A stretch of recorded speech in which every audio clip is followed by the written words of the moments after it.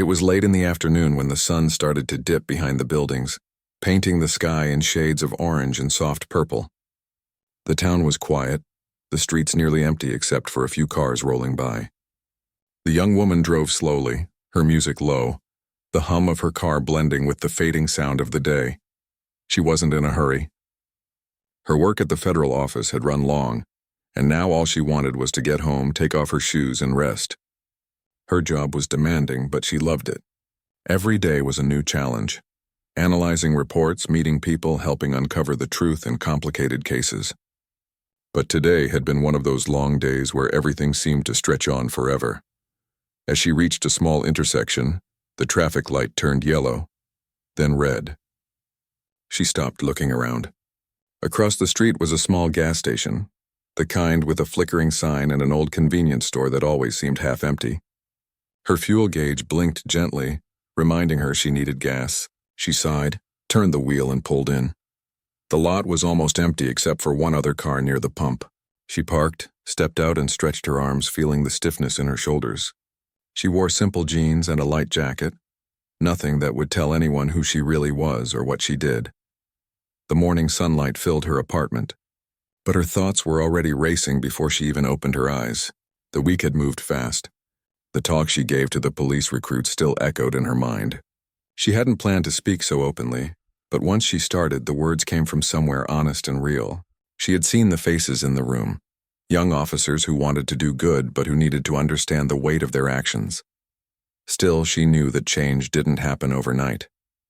It would take time and patience and more uncomfortable conversations. She was ready for that. What she wasn't ready for, though, was the growing attention. It started small. A short local news article titled, "FBI Agent Shares Story with Police Trainees After Misidentification Incident." It was respectful, factual, and didn't name her.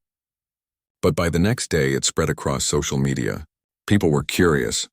Some praised her courage. Others questioned what really happened. The comment section was full of opinions. Some kind, some harsh, many written by people who knew nothing about her. At the office, her coworkers treated her with a new kind of carefulness. Some stopped by her desk offering quiet words of support. Others simply nodded at her in the hall, unsure of what to say. Her supervisor, however, called her into his office again. "You're handling this well," he said, gesturing for her to sit. "But I want you to know the DA. Few weeks passed since the city meeting, and life slowly began to feel normal again." The story that had once been everywhere started to fade from the news cycle. Fewer people whispered when she walked by, and even the reporters had moved on to other stories. Still, for her, the memory of that day at the gas station remained close, like a faint bruise that hadn't quite healed. She had returned to her regular work schedule. Focusing on case weeks turned into months, and life slowly took on a steady rhythm again. The city was changing, not in a loud, dramatic way, but through quiet actions that began to ripple outward. People started talking about fairness, empathy, and understanding, not because of politics or pressure, but because they'd seen what happened when those things were missing. At the center of those small changes was the same woman who once stood frightened and hurt at a gas station. She had become a quiet but steady force of transformation. She didn't want fame or attention. She only wanted to make sure that no one else would have to live through the same fear she had felt that day. Her work in the task force began to grow. What had started as a small effort turned into a program that involved schools, officers, and even local businesses. The goal was simple: to help people understand each other better. The meetings weren't fancy or formal. They often took place in community halls, church basements, or small cafes, where people could sit face to face and speak honestly.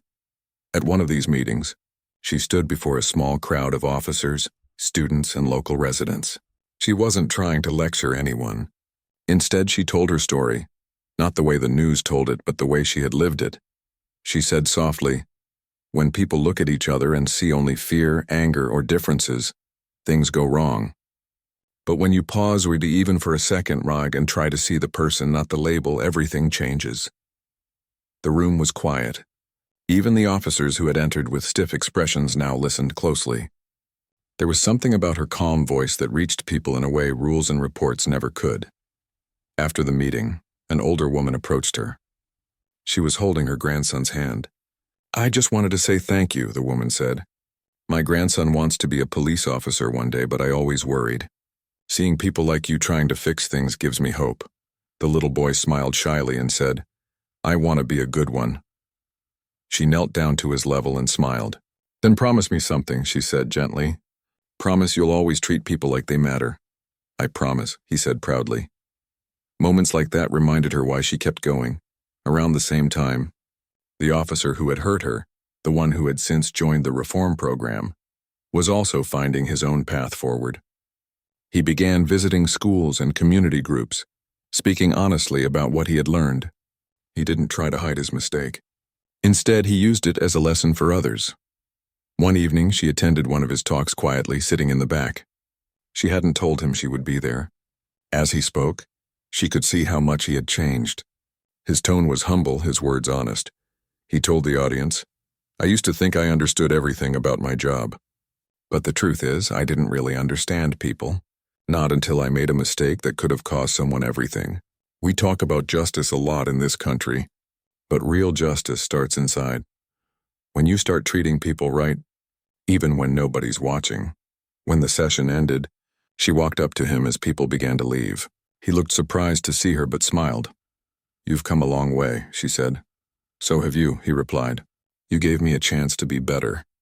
"I won't waste it," she nodded softly. "Just keep doing what you're doing. That's how change sticks."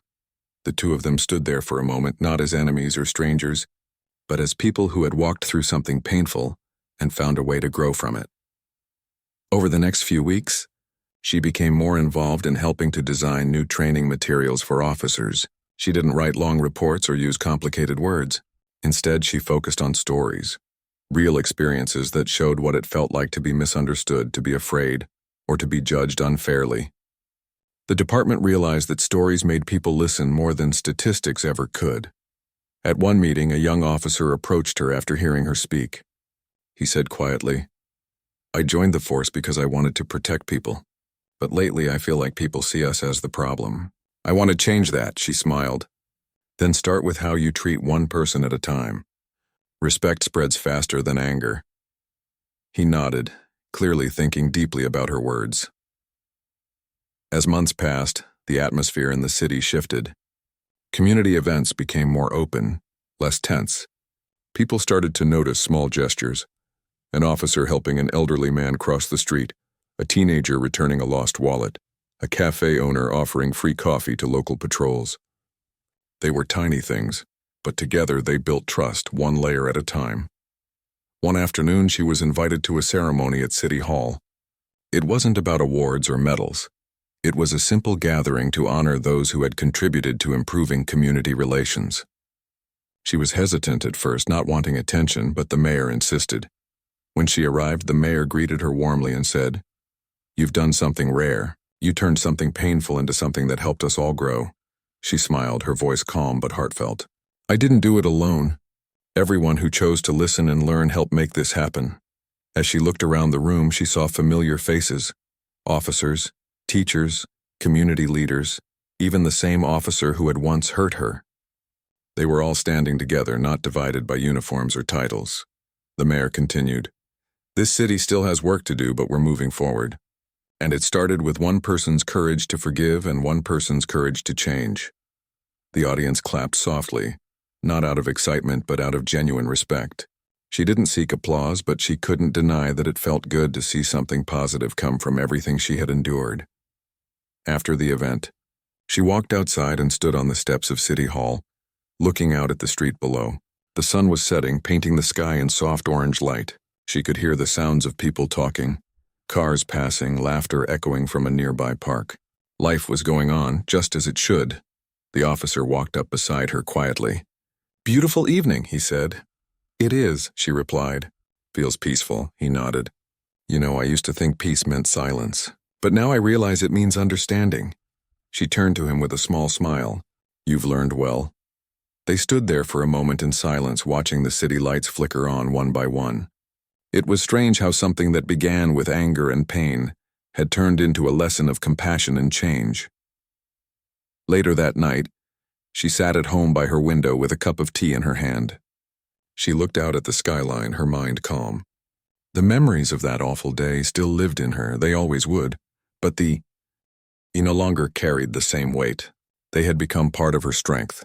She opened her journal and wrote quietly, "Sometimes life puts you in the middle of pain not to break you, but to show you what strength really means. Forgiveness isn't forgetting. It's choosing not to carry the hurt anymore." She closed the book and smiled. In the weeks that followed, her story continued to inspire others. Though she never saw herself as a hero, she often said to people, "I'm just a person who got tired of anger and decided to choose peace instead." One morning, she received a letter in the mail. It was handwritten, simple. It was from the officer. It read, "I wanted you to know that I've started leading a small mentorship program for new recruits. We talk about empathy, patience, and respect. I tell them about my mistakes and how one act of forgiveness gave me a second chance to do things right. Thank you for believing that people can change. You changed my life." She read the letter twice, then folded it carefully and placed it inside her journal. That night, as she walked through the park, the same one she used to visit when she needed to think, she stopped by a bench and looked at the stars. The city felt calmer now. Maybe it wasn't perfect and no place ever was, but it was better. And that was enough. She whispered softly to herself, "People can hurt, but they can also heal, and sometimes healing others is how we heal ourselves." As the wind brushed through the trees and the city lights flickered like fireflies in the distance, she took a deep breath and smiled. Her story had come full circle, from pain to peace, from conflict to connection. And though she knew her journey wasn't over, she finally felt free. That had nothing to do with what happened. Her days were long, filled with meetings, phone calls, and quiet hours of research. It was exactly the kind of work she liked, calm, focused, and private. But one Wednesday morning, while reviewing a report in her office, her phone buzzed. It was an unexpected message from the mayor's assistant.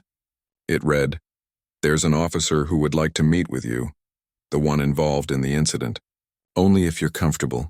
She stared at the message for a long time before replying. The thought of seeing him again made her chest tighten a little. She didn't know what she would say, but something inside her told her that maybe it was time. She typed a short message back. "Yes, I'll meet him." The meeting was arranged for the next afternoon at a quiet coffee shop near the downtown park. She arrived a few minutes early and chose a small table near the window. The air smelled of roasted beans and pastries, and the faint sound of soft music played in the background. She sat there, her mind calm but alert, until she saw him walk in. He looked different from the last time she'd seen him.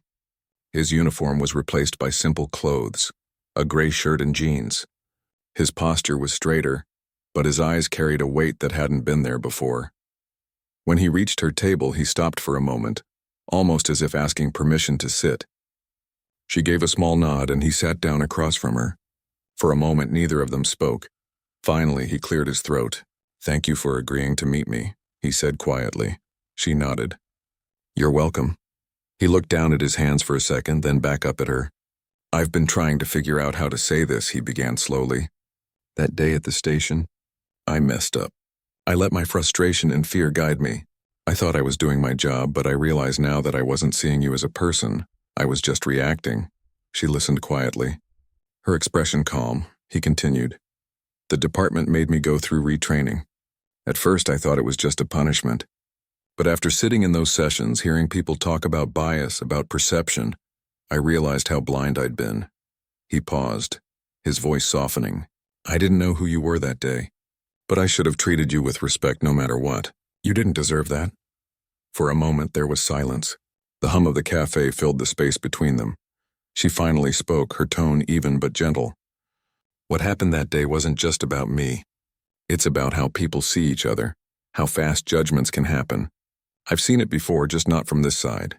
He nodded slowly, his eyes full of quiet regret. "I know I can't undo it, but I want to do better. Not just because I have to, but because I need to." She studied his face. He wasn't making excuses. He looked like someone who had faced himself, and that, she thought, took courage. "I appreciate you saying that," she said softly. "It takes honesty to admit when you're wrong." They talked for almost an hour.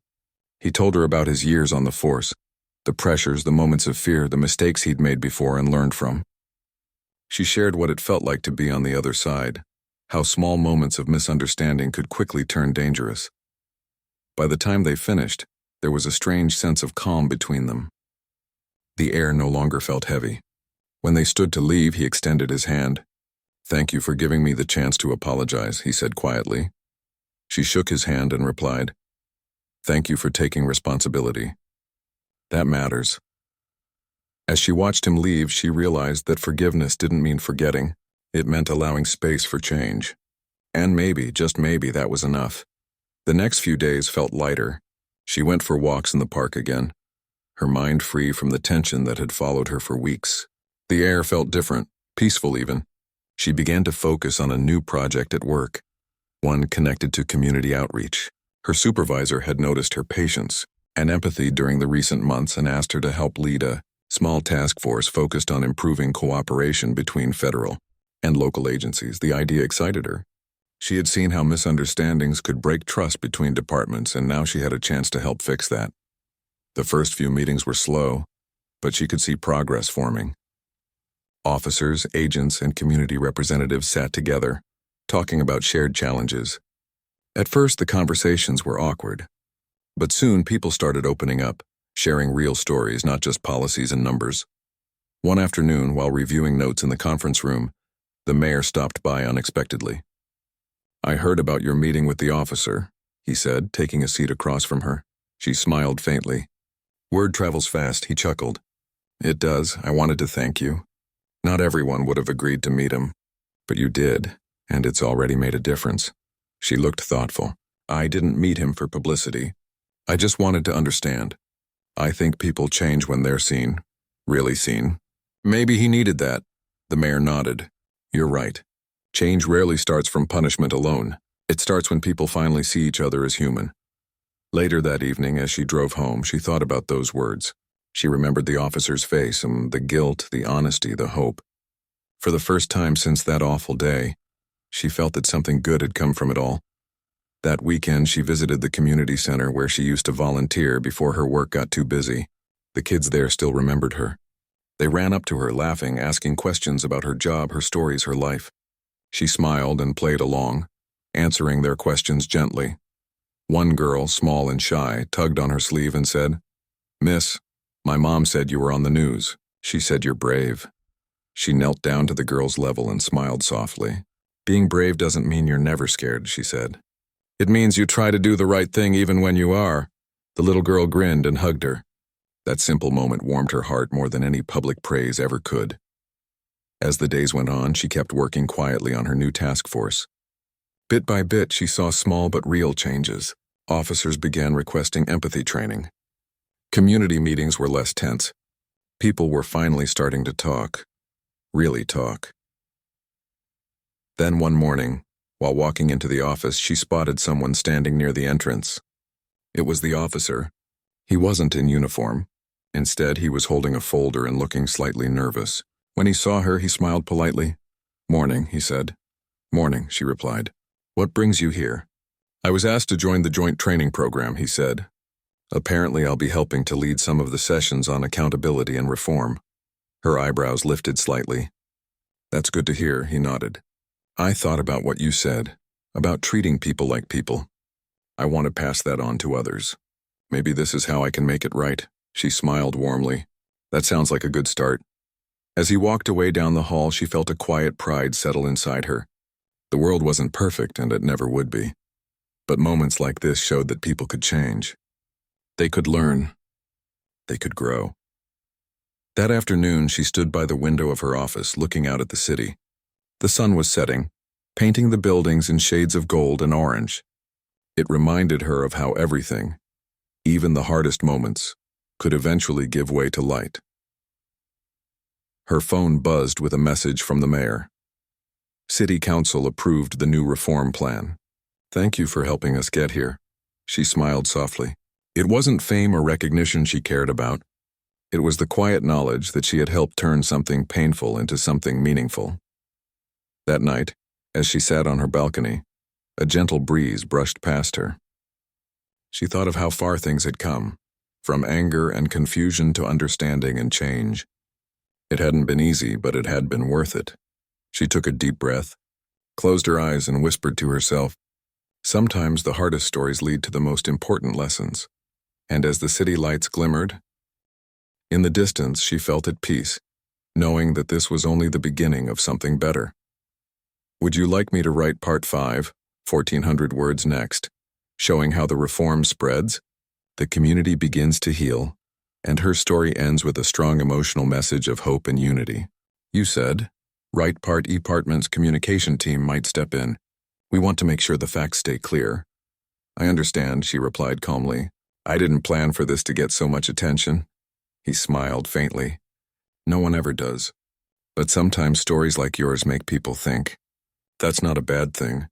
She nodded, though deep down she felt uneasy about being in the spotlight. She had always preferred quiet work, the kind that helped people without drawing attention. But now her story was out there and she couldn't control where it went. That afternoon she decided to visit her mother, who lived a few miles away in a small, peaceful neighborhood. Her mother had seen the news too. When she opened the door, her face was filled with both pride and worry. "I knew something was going on," her mother said softly as she hugged her. "You didn't tell me everything." "I didn't want you to worry," she said, smiling slightly.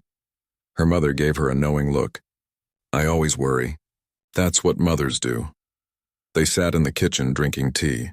The quiet hum of the refrigerator filled the space between their words. Her mother reached across the table and touched her daughter's hand. "You did the right thing. You stood tall. That's how I raised you," she smiled. "I didn't feel brave at the time. I just did what I had to." Her mother nodded slowly. "Bravery doesn't always feel brave when you're in it." The next few days moved slowly but not peacefully. News crews began showing up outside the police department. Some reporters wanted statements. Others tried to catch her on her way to her car. Each time she kept her head down, giving polite but short answers. "I can't comment at this time." Meanwhile, the police department announced that the officer involved had been placed on administrative leave, pending investigation. That announcement stirred even more discussion online. Some people demanded justice. Others defended the officer. She tried to ignore the noise, but it wasn't easy.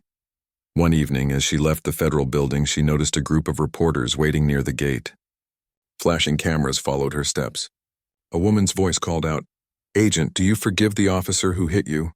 The question froze her for a moment. She didn't know how to answer it. Forgiveness was a complicated thing. It wasn't about pretending nothing happened. It was about understanding and choosing not to let bitterness take root. She turned slightly and said quietly, "I believe people can learn from their mistakes." Then she walked away, her heart beating a little faster. The next day, that single sentence was quoted everywhere. Some praised her for her grace. Others accused her of being too forgiving. The noise kept growing, but she kept her focus. Her goal wasn't fame or pity. It was awareness. One night, she received a message from the mayor's office again. The mayor wanted to hold a community meeting, a gathering between citizens, police officers, and local officials to talk openly about trust and change. He wanted her to attend. At first, she hesitated. She wasn't sure what good another meeting could do. But after thinking about it for a while, she realized she couldn't refuse. If she truly wanted to make a difference, this was part of the work. The meeting took place in a large hall at the city center. The room was filled with people, community leaders, officers, families, even students. The air was heavy with tension and curiosity. The mayor opened the meeting with a few words about respect, justice, and responsibility. Then he introduced her. As she stood at the front, the crowd quieted. She looked around at the faces, some hopeful, some skeptical, some simply tired. She took a deep breath and began to speak. "I didn't come here tonight to point fingers," she said softly. "I came here because I believe in understanding. What happened to me could have gone differently. It could have gone worse. I'm here because I want to talk about why things like this still happen, and how we can make sure they don't." A murmur ran through the audience. Some nodded. Others just watched. She continued. "The truth is, fear can make people forget who they are. It can make someone act before thinking, but fear doesn't have to control us. We can learn. We can listen. We can do better." She shared parts of her story, not the painful details, but the lessons she learned from it. She spoke about restraint, empathy, and how real strength often lies in calm, not aggression. When she finished, the room was silent for a moment, and then people began to clap. It wasn't loud or wild, but it was genuine. A few officers stood up, followed by others in the crowd. It wasn't applause for her, it was for the message. Afterward, as she was leaving, an older officer approached her. He looked nervous but sincere. "I just wanted to say, I'm sorry for what happened to you," he said quietly, "and thank you for speaking up. It made me think about things I didn't want to think about." She smiled gently. That's how change starts. That night, as she drove home, she felt lighter than she had in days. The city lights blurred past her window, soft and distant. She knew there was still a long road ahead, but for the first time, she felt hopeful that something was truly shifting. A few days later, she received a letter from the police department's Internal Affairs Division. It explained that their investigation was complete. The officer who had struck her had admitted his mistake. He expressed regret and had agreed to undergo additional training and community service. Some people might have thought that wasn't enough. But for her, it was a beginning. She didn't want to ruin anyone's career. She wanted growth, not destruction. And if that officer could truly learn from what happened, if he could become someone who treated others better, then maybe the whole experience would have some meaning. That weekend, she met with the mayor again for a quiet lunch. He smiled as she sat down. "You've started something important," he said. "People are talking differently now. Officers are asking for more training. Communities are showing up to meetings. You changed the conversation." She shook her head softly. "I didn't change it alone. I just spoke the truth," he smiled. "Sometimes that's all it takes." As she left the restaurant, she walked slowly along the sidewalk, breathing in the cool evening air. She looked at the people passing by, families, workers, kids laughing as they chased each other, and felt a quiet peace settle inside her. Life would go on. There would always be challenges, always moments of misunderstanding and fear, but maybe, just maybe, there would also be moments of understanding, of connection, of growth, and that, she thought, was worth everything. As she started refueling, 2 police cars pulled into the station. Their lights weren't flashing, but they drove in fast like they were looking for someone. She didn't think much of it at first. Police cars often stopped at this gas station. But then one of the officers looked straight at her. The look wasn't casual. It lingered. Then both cars stopped suddenly. The next morning came quietly. The city was waking up, but her mind had not rested much. The events from the gas station kept replaying in her thoughts like a movie that wouldn't stop. She sat by the window of her small apartment, holding a warm cup of coffee in her hands, staring out at the street below. The bruise on her arm was still visible, a dull reminder of what had happened. She had written her report late into the night, carefully noting every detail, the officer's words, his tone, the sequence of events. She had been calm while writing, but now, sitting in the silence of her home, the weight of it all began to sink in. She wasn't just thinking about herself. She kept thinking about all the others, the people who didn't have the kind of protection or position she did, people who might have been treated the same way or worse and had no one to defend them. Her phone buzzed softly on the table. It was a message from her supervisor, asking her to come into the office earlier than usual. She sighed, set down her coffee, and got ready. When she arrived at the federal building downtown, everyone seemed to know something had happened. Some nodded to her with quiet respect. Others looked curious. She wasn't the type to talk about personal things, but word had spread fast. Her supervisor, a man known for his calm and serious nature, greeted her with a nod. "You okay?" he asked softly as she walked into his office. She nodded. "I'm fine. Just a bit sore." He studied her for a moment. "You handled that situation professionally. Most people would have reacted differently." "I didn't have a choice," she said quietly. "Reacting in anger would have made everything worse." He leaned back in his chair. "You did the right thing. The local department is already reviewing the incident. Internal Affairs reached out early this morning. The officer involved is being questioned." She looked down for a moment, then asked, "What happens next?" "They'll investigate," he said. "But you should know the mayor has already been informed." "He wasn't happy when he heard what happened." She raised her eyebrows slightly. "The mayor?" Her supervisor nodded. "He's been pushing for police accountability reforms for months. Something like this only adds to his frustration.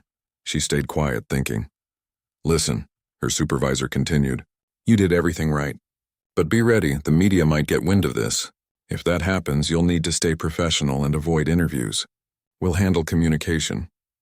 I understand, she said, as she left his of. Vice, she couldn't help but feel uneasy. She never liked public attention. Her work was meant to stay quiet behind the scenes. Now suddenly she was part of a story she never asked to be in. That afternoon she went through her usual tasks, reviewing reports and coordinating with agents on ongoing cases. But her focus kept drifting. The image of the officer's face and the moment he realized who she was, replayed in her mind again and again. It wasn't just shock she saw in him. It was fear. Maybe even guilt, and that made her wonder, and what if he really didn't mean to hurt her? What if he was simply acting out of instinct, one that came from years of misplaced fear and bias? Still, that didn't excuse it. Training should have taught him better. Humanity should have taught him better. That evening, she received a call from an unfamiliar number. When she answered, a deep, polite voice spoke on the other end. Good evening, this is the mayor's office. The mayor would like to meet with you if you're available tomorrow morning. She was silent for a second. Of course, she replied. What time? 10 a.m., the voice said. City Hall. He appreciates your cooperation. After hanging up, she sat quietly for a while. It wasn't every day that the mayor called to speak personally with someone. The next morning, she arrived at City Hall. The building was large, its marble floors echoing with the footsteps of staff moving briskly through the halls. She was shown into a modest office, not overly decorated but filled with books, photos, and the smell of fresh coffee. The mayor stood as she entered. He was a tall man with a calm but serious face, someone who carried both authority and warmth in his presence. Thank you for coming, he said, offering his hand. She shook it politely. Of course, sir. He gestured for her to sit. I read the report, he began, and I saw the footage from the gas station. It was difficult to watch, she hesitated. I didn't realize there was footage. There was a security camera, he explained. It caught enough to make the situation clear. You acted with restraint and professionalism, but what happened shouldn't have happened at all. She nodded, her expression calm. I understand that, sir. The mayor leaned forward, his hands clasped on the desk. You know, I've been fighting for police accountability for years, but it's cases like this that show me how deep the problem runs. It's not just about policy. It's about mindset, how people see each other. She listened silently, knowing he was right. He continued. You being who you are, an FBI agent. It shocked them. But imagine if you were just an ordinary citizen. The story could have ended very differently. She nodded slowly. That's exactly what I've been thinking. The mayor studied her face for a moment. You could help us, you know, he said finally. We're launching a city initiative to improve training and build awareness among officers. If someone like you could speak to them, share your experience, your perspective, it might reach people in a way that policy alone can't. She was surprised by the offer. I'm not sure I'm the right person for that, she said softly.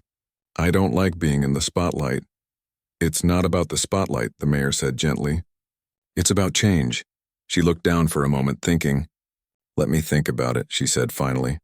Of course, he said with a kind smile. Take your time. As she left the mayor's office, her mind was full. The city outside looked busy, but she felt strangely detached from it all. The idea of standing in front of a group of police officers, telling them what it felt like to be on the other side of that baton, made her nervous, not because she was afraid, but because she didn't want to be seen as a symbol of anger or revenge. She didn't want to embarrass anyone. She wanted understanding. That night she sat on her couch, her arm wrapped in a soft bandage, and thought about everything the mayor had said. She imagined walking into a police academy classroom. Young recruits, fresh faces, eager but unaware of their biases. Could she speak to them honestly?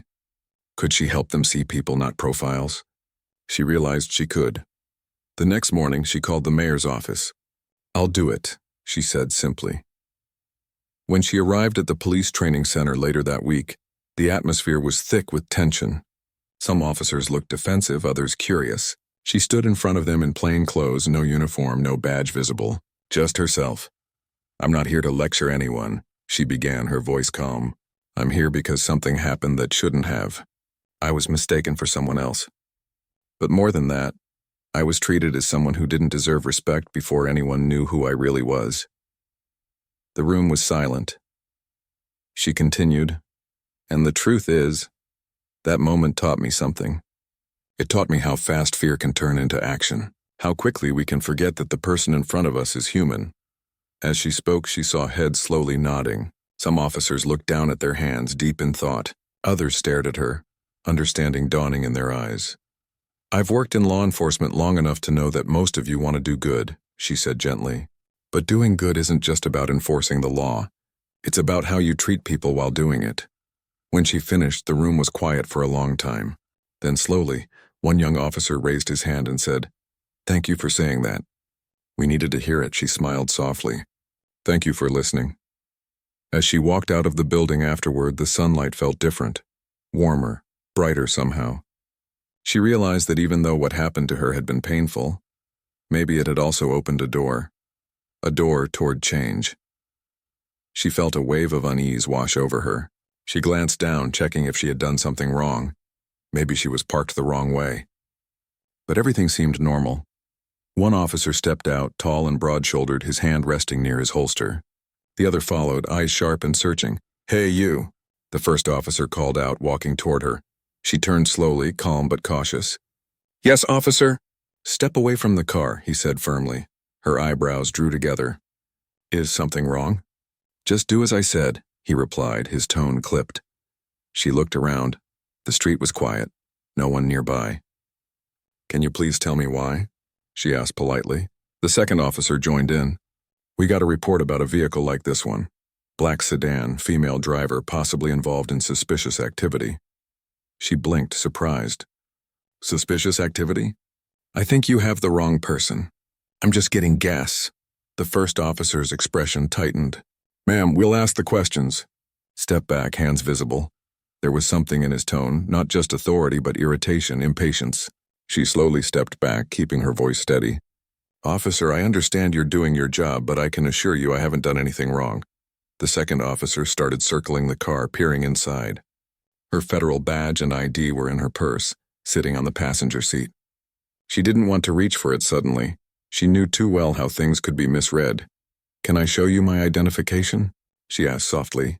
The first officer's eyes narrowed. "Not yet. Keep your hands where I can see them." She nodded, keeping her hands in plain sight. She could feel her pulse quicken, but her face stayed calm. Years of training had taught her to control emotion, even in tense moments. The first officer moved closer, his voice low. "You people think you can talk your way out of anything, huh?" She blinked, confused. "Excuse me?" He didn't answer.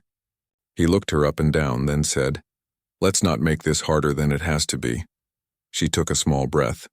"Officer, I think you're making a mistake. My identification is in my car. If you allow me to—" Before she could finish, he interrupted sharply. "I said don't move!" The tension was thick now. The sound of the gas pump clicking off made both officers glance toward the car, their hands tense near their belts. She stood still, not wanting to make anything worse. Her heart was racing, but her voice stayed gentle. "Please, I just want to show you who I am." The second officer, who had been quieter, finally spoke up. "Let's at least let her get her ID." But the first one shook his head. "No, I don't trust it. She's hiding something." He stepped closer again, his shadow falling across her face. She looked up at him, calm but firm. "I'm not hiding anything. You can check my name. I work with federal law enforcement." That made him pause, but only for a second. His expression hardened like he didn't believe her. "Sure you do," he said with a smirk. "Everyone says that when they get caught." Her patience was wearing thin, but she still kept her composure. "If you let me get my purse, I can show you proof." The second officer nodded slightly, but the first one snapped, "No sudden moves." Slowly, she turned and reached for her purse inside the car window. Her hand was steady, but before she could pull it out, the first officer barked, "I said stop." She froze instantly. "I'm just getting my ID," she said quietly. In that split second of misunderstanding, his temper flared. He pushed her hand away roughly, his baton swinging out in one motion, striking her arm. The sound wasn't loud, just a sharp thud, but the shock of it made her stumble back, clutching her arm in disbelief. The second officer's face went pale. "What are you doing?" he said quickly. The first officer blinked, realizing what he had done. She moved fast, I thought. She stood still, her arm trembling, pain shooting through her elbow. She didn't shout or curse. She simply took a step back, her eyes steady and clear. Then she said softly, "You just hit a federal agent." The air froze. The first officer stared at her, his mouth opening but no words coming out. She turned slow. Ali reached into her car again, carefully this time, and pulled out her badge. The golden emblem glinted in the evening light. She held it up silently. "I work for the Bureau," she said calmly, "and you just made a very serious mistake." The silence that followed was heavy. Even the hum of traffic in the distance seemed to fade. The second officer swallowed hard. "Oh no," he muttered under his breath. The first one's face turned pale. He stepped back, shaking his head slightly. I didn't know." She didn't say anything. She was breathing slowly, steadying herself. Her arm throbbed, but she stood tall. "You didn't ask," she said quietly. Within minutes, more police cars arrived after her superior, whom she had called moments earlier, contacted local authorities. The station buzzed with confusion. The officers' faces shifted from authority to fear. She refused medical help at first, saying she was fine, but her superior insisted. "Protocol," he said firmly. "We need a record of this." As she sat in the back of an ambulance, the soft light flickering over her face, she thought about how easily everything could have gone differently, how quickly assumptions had turned into action. Her superior came over, his face calm but serious. "You handled that better than most people would have," he said. She looked at him, her expression thoughtful. "It's not about handling it," she said quietly. "It's about what it means. If this can happen to me, what happens to the people without a badge?" He didn't answer. He didn't have to. The truth hung in the air between them. Later that night, as she sat at home with a bandaged arm and a mind full of thoughts, she opened her laptop and began typing her report. Every word was calm, factual, and professional. But underneath the calmness was something deeper, a quiet determination. She wasn't angry. She wasn't vengeful. She just wanted accountability. She wanted change. And as she signed her name at the bottom of the report, she knew this wasn't the end of something. It was the beginning.